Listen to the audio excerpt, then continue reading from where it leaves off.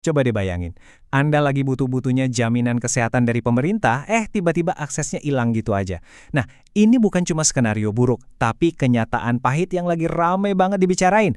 Saking seriusnya masalah ini, sampai-sampai Menteri Keuangan kita sendiri turun tangan dengan peringatan keras. Pernah nggak sih kepikiran, gimana ya kalau pas lagi butuh banget, Kartu Jaminan Kesehatan Nasional atau JKN kita ternyata nggak aktif? Rasa khawatir kayak gini, sayangnya bukan lagi sekedar ketakutan, tapi udah jadi pengalaman nyata buat banyak banget warga kita. Dan ini bukan cuma satu dua kasus loh, keluhan tuh datang dari berbagai daerah. Banyak banget warga yang kaget waktu ngecek status JKN mereka, tahu-tahu udah non-aktif. Seringnya tanpa ada pemberitahuan apa-apa sebelumnya. Jadi, pusat masalahnya itu ada di program yang namanya PBIJK. Ini adalah program bantuan iuran yang khusus buat masyarakat miskin dan kurang mampu. Buat mereka, program ini tuh ibarat jaring pengaman terakhir. Jadi bisa kebayangkan kalau kepesertaan mereka dinonaktifkan, dampaknya bisa fatal banget. Oke, kita semua pasti bertanya-tanya, kenapa sih pemerintah sampai melakukan ini? Pasti ada dong tujuan dibalik penonaktifan massal ini. Yuk kita coba bedah apa penjelasan resminya. Menurut pemerintah, niatnya sebetulnya sangat baik. Pembaruan data ini tujuannya untuk meningkatkan kualitas program JKN secara keseluruhan, memperbaiki tata kelolanya, dan yang paling penting, memastikan bantuan iuran jatuh ke tangan yang benar-benar membutuhkan. Jadi intinya sih, ini upaya biar lebih efisien dan adil.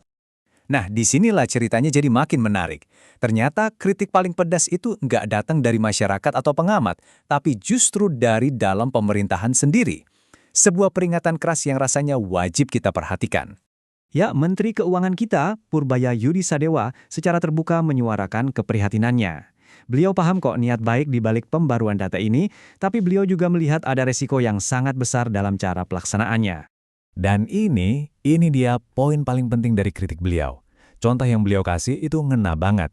Gimana ceritanya kalau ada pasien yang butuh cuci darah rutin, tapi pas mau berobat, tiba-tiba dibilang haknya hilang. Menteri Keuangan sendiri bilang situasi ini konyol.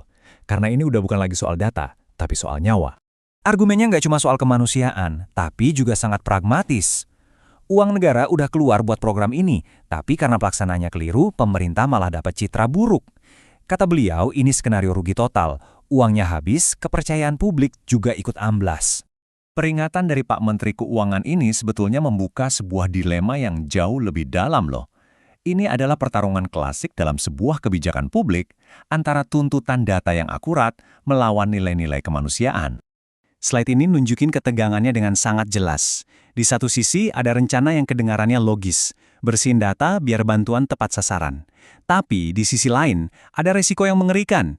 Pasien yang benar-benar butuh perawatan medis bisa kehilangan haknya di saat-saat paling kritis. Pada akhirnya, ini membawa kita ke sebuah pertanyaan fundamental yang jawabannya nggak pernah mudah. Di mana sih garis batasnya? Gimana caranya pemerintah bisa menyeimbangkan kebutuhan akan data yang rapi dengan tanggung jawab utamanya untuk melindungi nyawa setiap warganya? Ini pertanyaan besar untuk kita renungkan bersama.